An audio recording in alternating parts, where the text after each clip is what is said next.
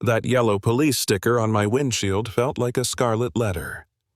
My 1985 Monte Carlo sat in front of my own garage, wheel-locked, surrounded by flashing lights, and there was Karen Blackwood, our HOA president, pointing at it like she'd just caught a criminal.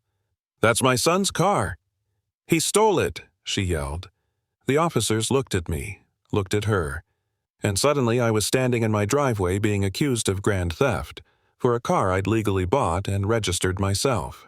Yeah, that's how it started. I'd always loved cars, especially the kind everyone else calls junk, until you see the potential under the rust. That Monte Carlo had been sitting abandoned for 8 months in our visitor lot, half covered in dust and spiderwebs. Everyone ignored it, but I saw something worth saving: a 350 V8 clean-frame, half-finished hydraulic system. The DMV laws were clear: if a car sits abandoned long enough and no one claims it, you can legally file for ownership. So I did. Every step by the book. Every document notarized, titled, Registered Insured. The day the title came in the mail, I felt like I'd earned a small victory. Then, exactly 1 week later, Karen showed up. 7 a.m., sharp knock. I opened the door to find her standing there in pressed navy slacks blazer and that practiced HOA smile, the kind that hides a threat behind politeness. "Good morning, Deshawn," she said, stretching my name like it didn't belong in her mouth. "We need to talk about that vehicle situation." She said vehicle like it was a disease. I told her the car was mine, legally purchased and titled, parked inside my own garage. She glanced past me like she owned the place. "That's a gang car," she said flatly. "It doesn't belong in a family neighborhood. You need to get rid of it." I stayed calm, pulled out a printed copy of the HOA rules. No line against modified cars, no restriction beyond being insured, registered, and functional. I met her eyes. The CCNRs don't say anything about car type. Her smile tightened. "I'm the HOA president. I know what's best for this community." That was the moment I realized what kind of person I was dealing with. Someone who thought president meant queen. By the end of the week, I had a violation notice taped to my door, $200 a day for disrupting neighborhood harmony. I replied with an email quoting California Civil Code 4700, which specifically protects vehicles parked in private garages.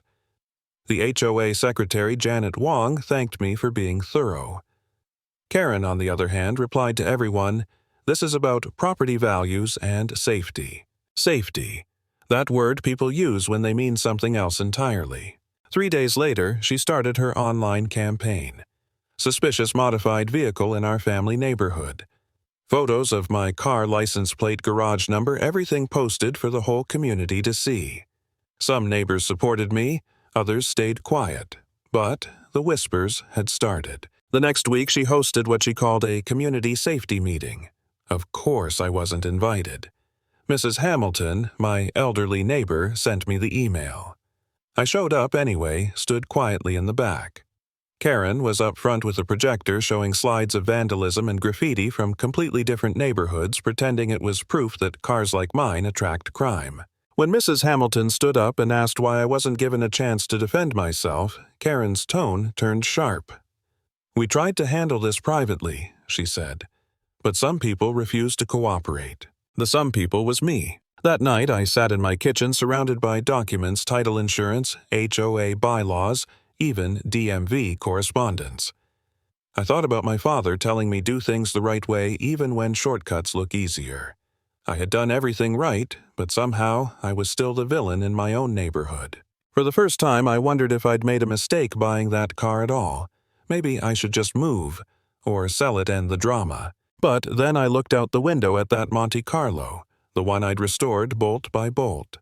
The car wasn't just metal, it was proof that paperwork, patience, and law still meant something. And I realized if I gave in, Karen would win not because she was right, but because she was louder. So I fought back. I installed cameras around my garage, motion sensors, cloud. Back up everything. Started documenting every interaction, every note, every threat. And then, one night around 2:30 a.m., my phone buzzed. Motion alert. I opened the live feed, and there she was. Karen Blackwood, dressed in dark clothes, crouched in front of my car with bolt cutters. She was trying to remove the police wheel lock the officers had installed after her false theft report. 10 straight minutes of her grunting, prying, cutting, all captured in 4K night vision. I called the sheriff's office at dawn. Officer Reynolds, the same one she'd dragged into this mess, arrived, watched the footage, and let out a slow breath. "That's felony tampering with police evidence," he said. She just escalated this from a complaint to a criminal case. When the officers left, Karen stood in her driveway pretending not to look at me. I stepped outside. "You just made this a felony case," I told her quietly. Her face twitched, but she said nothing. Within a week, investigators from DMV, the Sheriff's Auto Theft Unit, and the District Attorney's Civil Rights Division were all involved. Patricia Wong, the DMV investigator, confirmed everything: my ownership was fully legitimate, Karen's claims were fraudulent.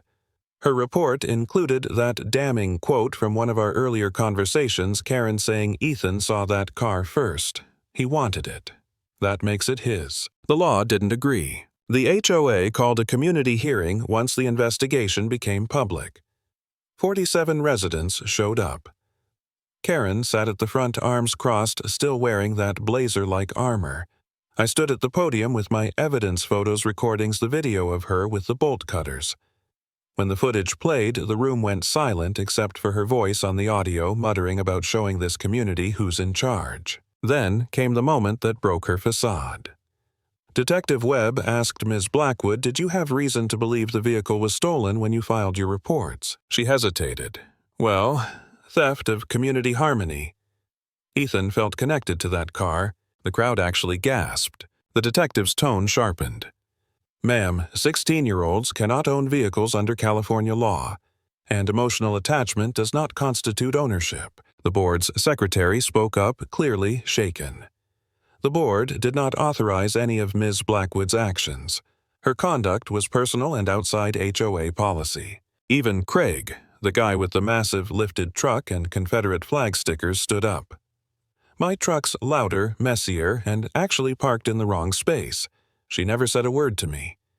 I think we all see what this was. Karen's face turned red, then pale. She stood, shouted something about me ruining the community, and stormed out before the vote to remove her even finished. But the decision was unanimous. She was stripped of her HOA presidency that night. The following week, she was charged with filing false reports, harassment, and evidence tampering. Lost her real estate license. Fined, convicted, sentenced to community service, ironically, at an immigrant legal aid center. The HOA sent a formal apology promising new rules and training on fair housing laws. The case ended there for most people. For me, it didn't feel like a victory, just closure. Because somewhere under all that fury and control, Karen had a kid, Ethan. He came by one afternoon, eyes down, hands in his pockets. "I never asked for that car," he said quietly. "Mom just lost it after the divorce. I'm sorry." I nodded. Offered him a job helping in my garage. The kid turned out to have real talent with engines. But that's another story. When I look at my Monte Carlo, now polished chrome shining in the sun, I still see the faded outline of that yellow police sticker on the windshield. It reminds me how fast authority can turn into abuse, and how the only defense against it is truth, patience, and the law. Karen thought her title made her untouchable. She learned the hard way that no HOA rule, no badge, no bluff of power stands above documented ownership and due process. And that's the lesson I'll never forget: when someone weaponizes authority, your best weapon is the truth on paper.